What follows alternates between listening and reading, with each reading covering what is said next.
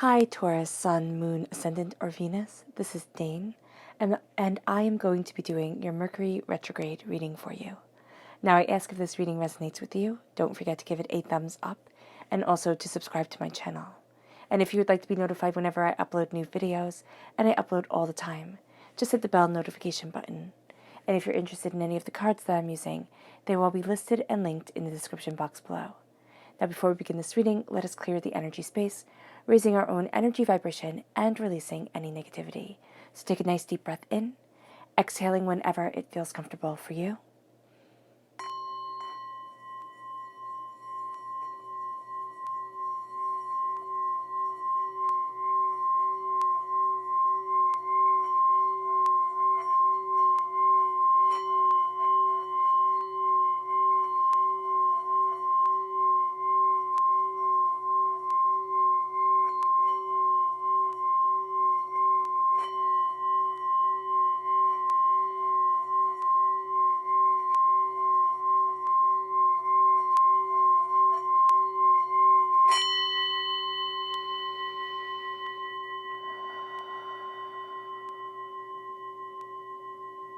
Releasing all negativity from the body like storm clouds. Letting yourself feel calm, centered, and at peace as we enter into this safe and loving space.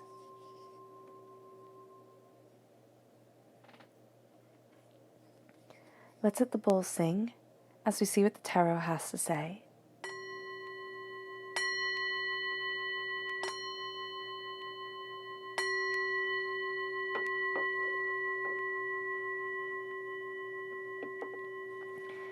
How will Taurus be affected by Mercury Retrograde?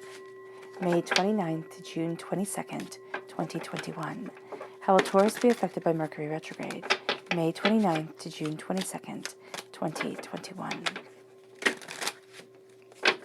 Angels and spirit guides, show me clearly. Guide this reading and show me clearly. Angels and spirit guides. Angels and spirit guides. So this is the energy that grounds us during this time and how it affects us. This is going to be the energy that grounds us. How will Taurus be affected by Mercury Retrograde? May 29th to June 22nd, 2021. How will Taurus be affected by Mercury Retrograde? May 29th to June 22nd, 2021. Angels and spirit guides, show me clearly. Guide this reading and show me clearly. Angels and spirit guides. Okay, what's interesting about all this, as I was shuffling the cards, it just hit me, and I don't know why I didn't realize this before, but this Mercury retrograde is in Gemini, and Gemini is ruled by Mercury. So this is going to be intense. This Mercury retrograde is going to play with our heads powerfully. So not to start off with bad news, but there we go. So at our root, right here, we have the Eight of Swords and the Tower. That makes perfect sense. And at our crown, we have the Hermit, which is Virgo energy, time frame August 23rd to September 22nd, and the Chariot, which is Cancer energy, June 21st to July 22nd. So the Cancer energy comes in right at the end of Mercury retrograde. Now, can the impact of what's happened, during this time impact us into the Cancer time frame? Absolutely. This Mercury retrograde makes us astoundingly introverted, introspective, wanting to seek out our story, where we stand, why we stand there, what's going on, why do I feel trapped, what do I need to do. This Mercury retrograde could actually have you really thinking of just changing everything, wanting to throw everything out, wanting to change jobs, wanting to run away, join the circus. That's the type of energy that's around here during this time. So we have to be very mindful, Taurus, not to be too impetuous, not to let this time frame and this Mercury retrograde annoy us, agitate us, and move us in a direction that we may not actually be ready for. So do be mindful of that. Let's see the chakra energy for this time. How will Taurus be affected by Mercury retrograde? May 29th to June 22nd, 2021. Angels and spirit guides, show me clearly. Guide this reading and show me clearly, angels. Self-mastery. the solar plexus chakra. This is a time where knowing ourselves is going to be imperative, because again, we want things to change and we will make things change. It's kind of like, it's wanting to change and cutting off all your hair type of excuse me, type of time frame. So here, just be mindful of that, the alignment of the self, but also calling ourselves out on our own nonsense, being too much in our own head, saying, why am I being so hard on myself? Can't I just let myself be? That's going to be really helpful for us during this time. And what is the energy that Taurus needs to be mindful of during this Mercury retrograde, May 29th to June 22nd, 2021? What does Taurus need to be mindful of during this Mercury retrograde, May 29th to June 22nd, 2021? Angels and spirit guides, show me clearly. We have the Queen of Wands, fire sign energy, Aries, Leo, Sagittarius. It's the sense of passion overpowering our own common sense.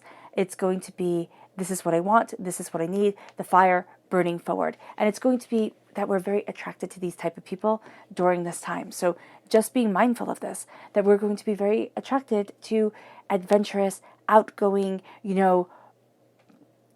devil may care type of people. Just let's see what happens. And that's fine. That's fun.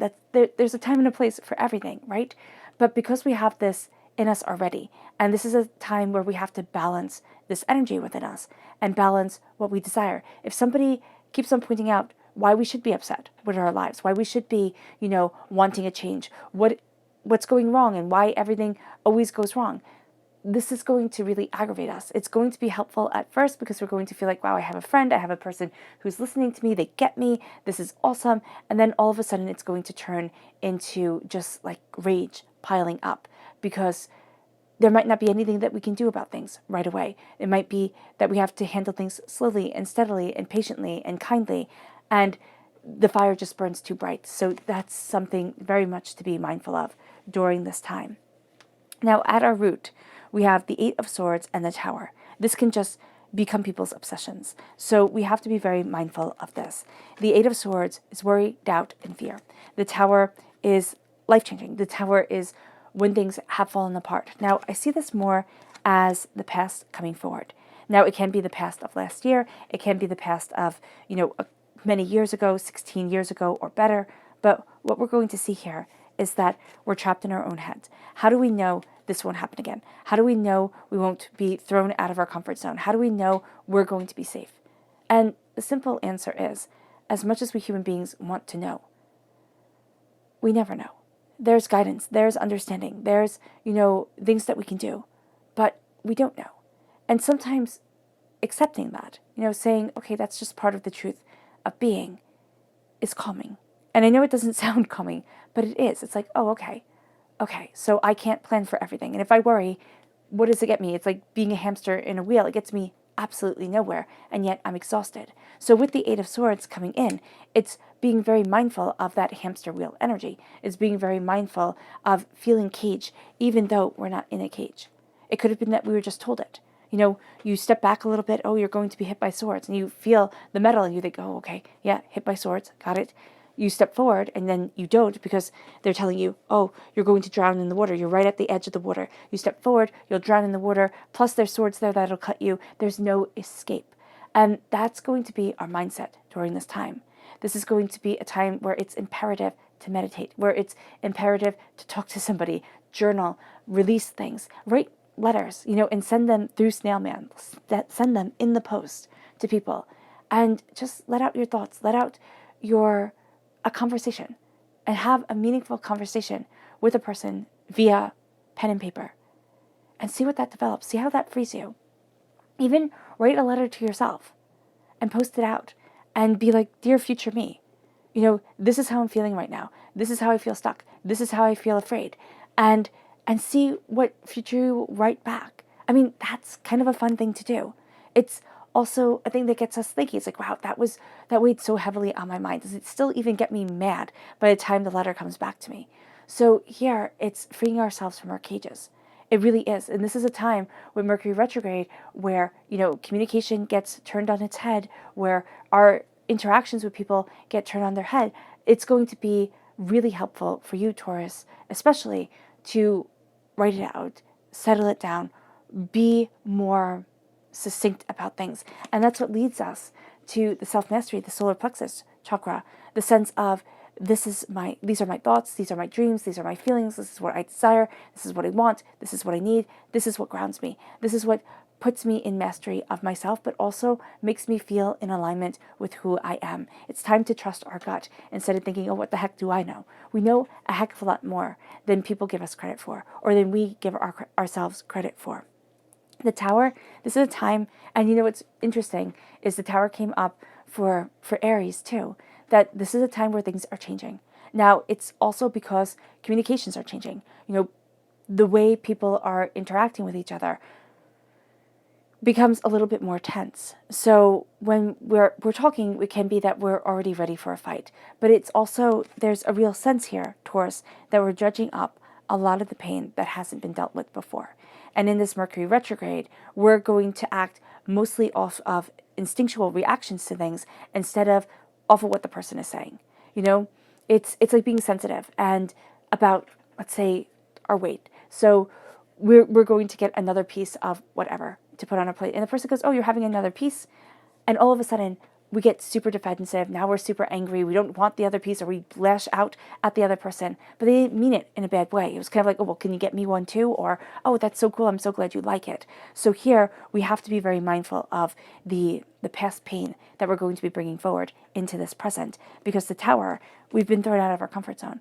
Things, our minds have been blown. We're looking at it, and it's kind of like drawer open, thinking, how did this happen? How did I get here? You know, what is this? And now we're looking at things. And it can be that this is a very different road than we ever thought we would be on. This is a very different place than we ever thought we would be.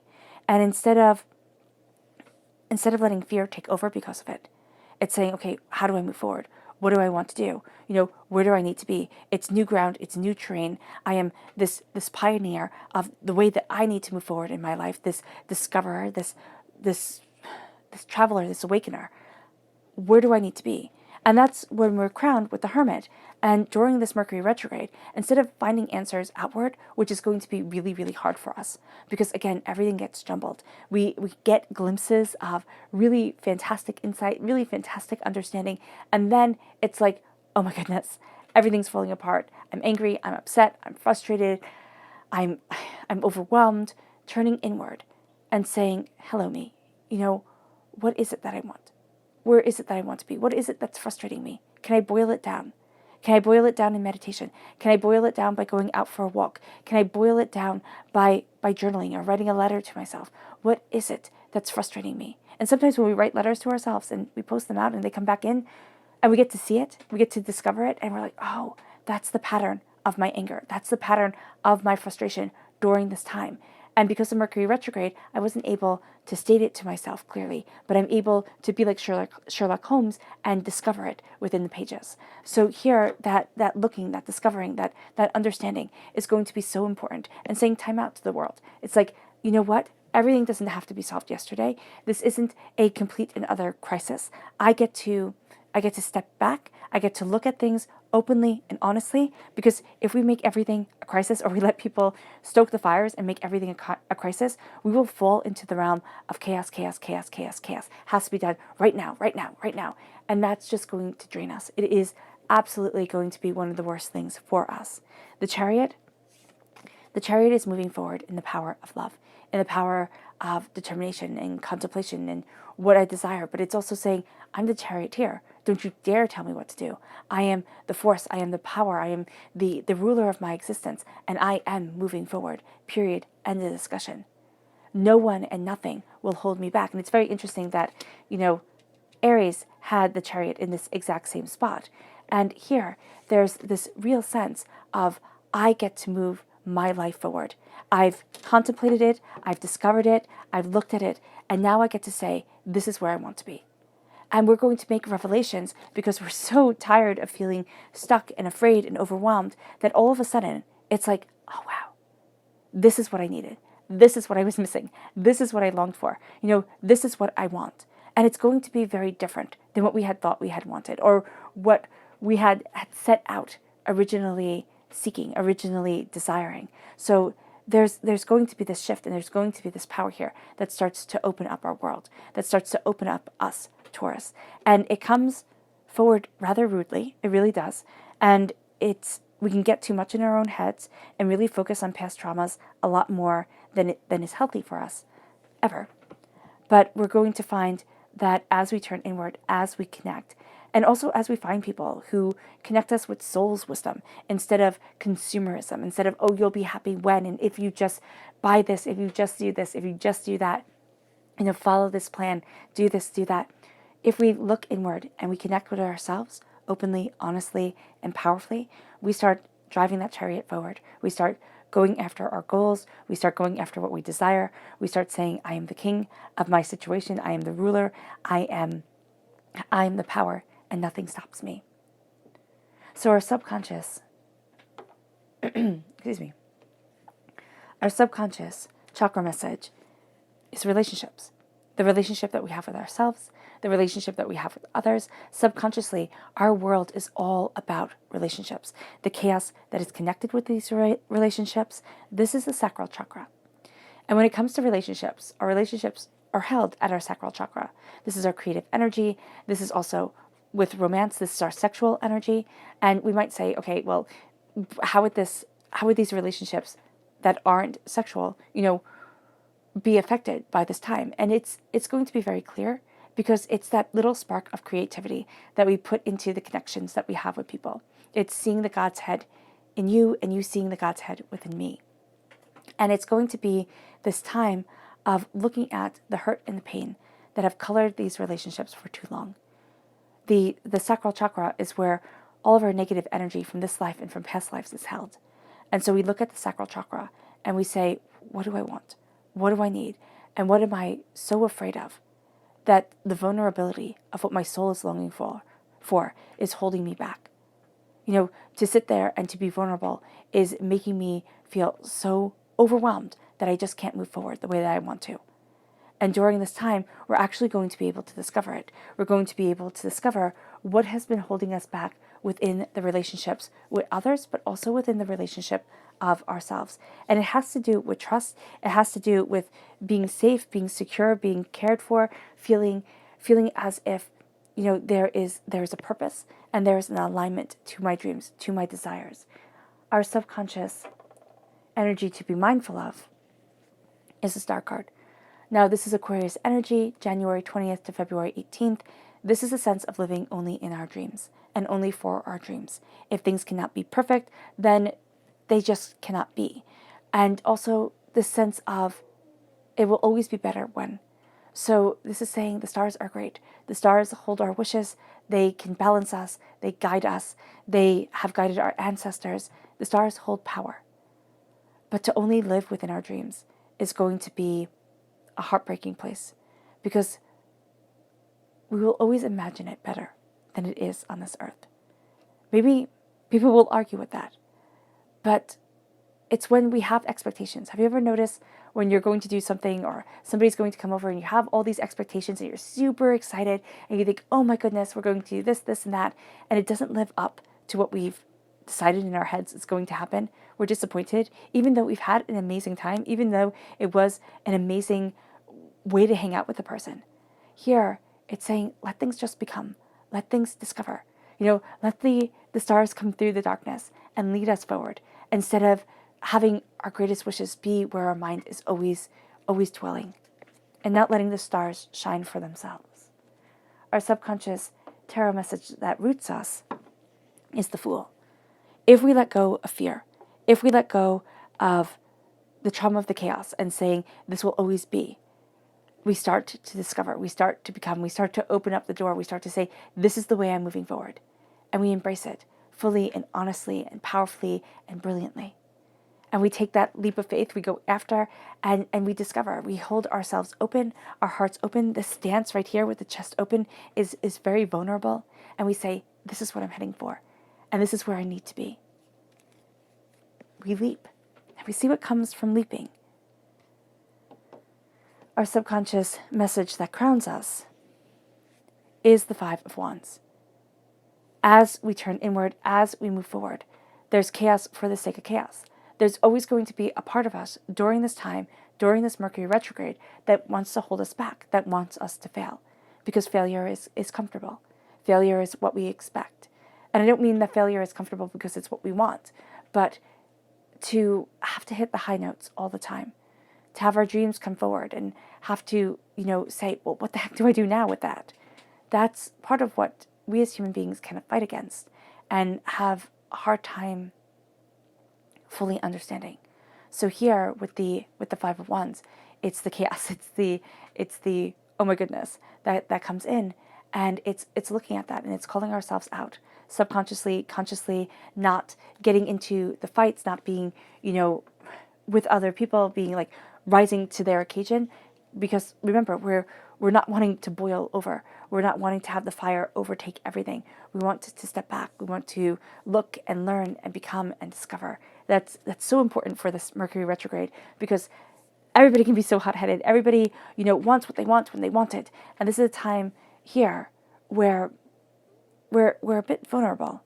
But if we step back and look in, then all of a sudden we've just changed the game. All right, Taurus, I hope this reading has resonated with you. I wish you nothing but light, love, peace, and happiness. May harmony always be with you. I am sending loving, healing energy to each and every one of you. I love you all, and stay safe. Let's end this reading with a meditation, a clearing away of negative energy, a raising of our positive energy as we embrace calm during this Mercury retrograde. So take a nice deep breath in, exhaling whenever it feels comfortable for you.